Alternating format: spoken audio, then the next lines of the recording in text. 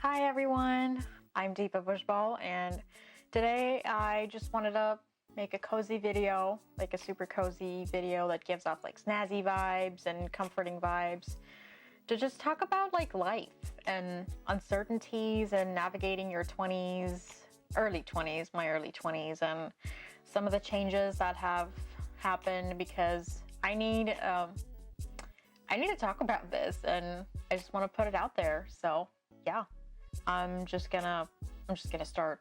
Like, I'm not really gonna wait. So the first is lessons I learned slash or teachings that were like given to me. The first one is to make better decisions and also consider the consequences of the options available. Yes, that is a massive one, because when I was a theater minor in college, it was all about making decisions and learning how to make different choices. And someone who is as indecisive as I am, this was very hard and also life-changing, because I learned how to navigate making a choice. Yeah, like deriving a pathway to coming to a conclusion and making a choice. That was a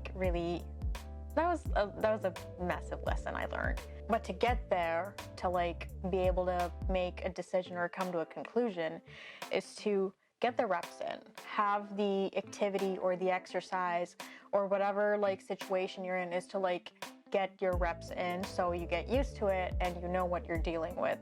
And another like thing I learned was it's more important to finish the task rather than focus on making it perfect.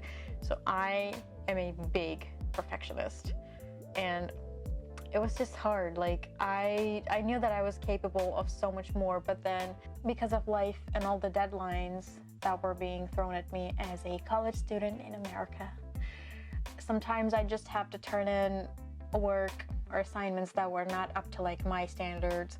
The standards I held myself up to were impossible. And yes, I know that something can be delivered at the very best of quality, but with the time and the resources that I had, it was more important to just make the deadline and finish the task rather than making it perfect and then miss the deadline.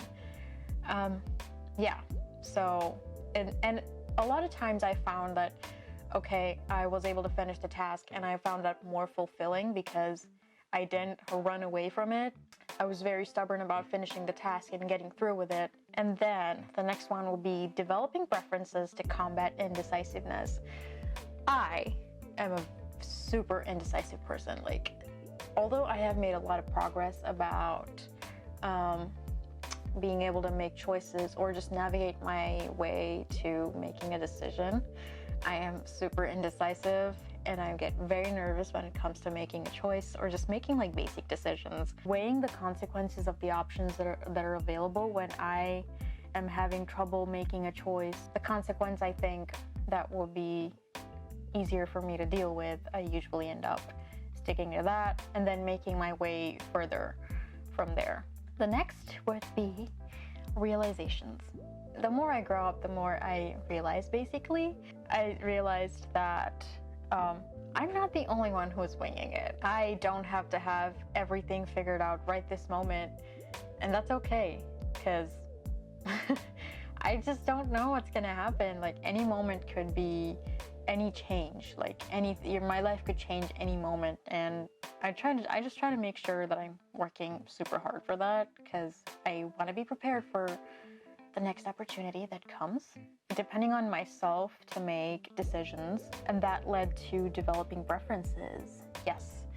So as I mentioned before, I'm super indecisive. Like, do I want to do this, or do I want to do that? Or do I like doing this, or do I not like doing that? Preferences were developed after like trying out everything, because I didn't even have preferences. And if you don't have preferences, it's just going to be a disaster in learning to be decisive. And I'm just glad I tried out everything there was available. I exploited all the resources I could find.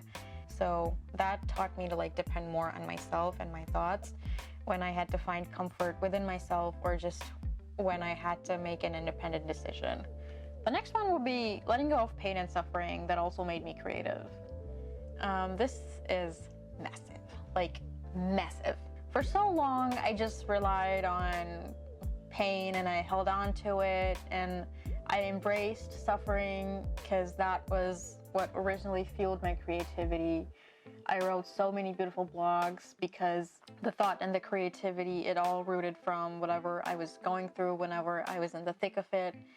But at the end of the day, it's putting me through so much more suffering, and holding on to suffering just for the sake of creativity was becoming increasingly unhealthy, and it was just leading to like more worse consequences.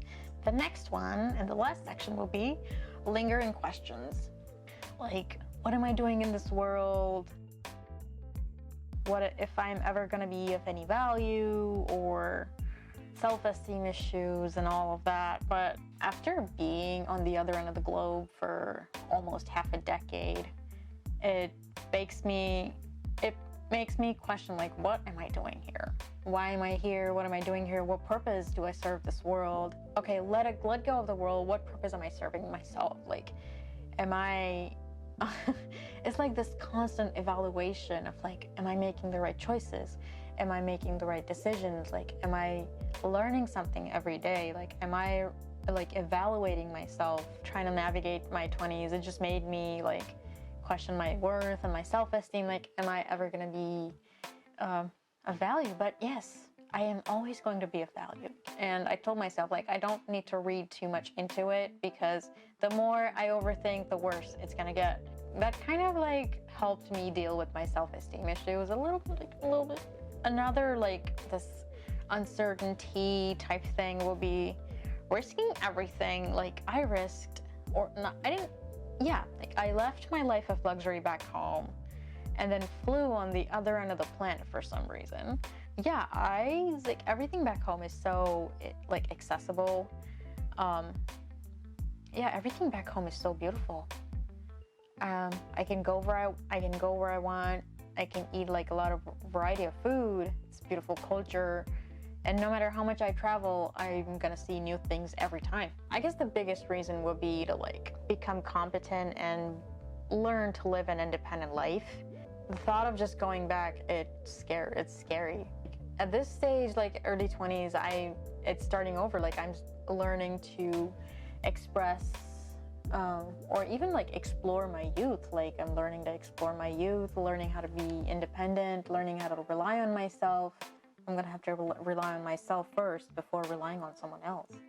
Yeah, and then this friends just, like, leaving because they have graduated college, leaving the city, and, like, leaving, yeah, like, just people leave a lot in college. They're all, like, we're all in different corners of the country, of the globe. Life after college is not built for a community lifestyle. It's so individualistic that it almost hits you like a culture shock. Like, because for like almost 16 years of, like, education, there's a group of people meeting there almost every day, or, like, just gathering in this place almost every day. And then, like, bam, after college, everyone separates, and everyone is just minding their own business, trying to live life, become independent, find love, and just, like, do life, basically. And it hits you like a bus. It hits you like that is one of the biggest culture shocks. I need a moment. I just need to drink my tea.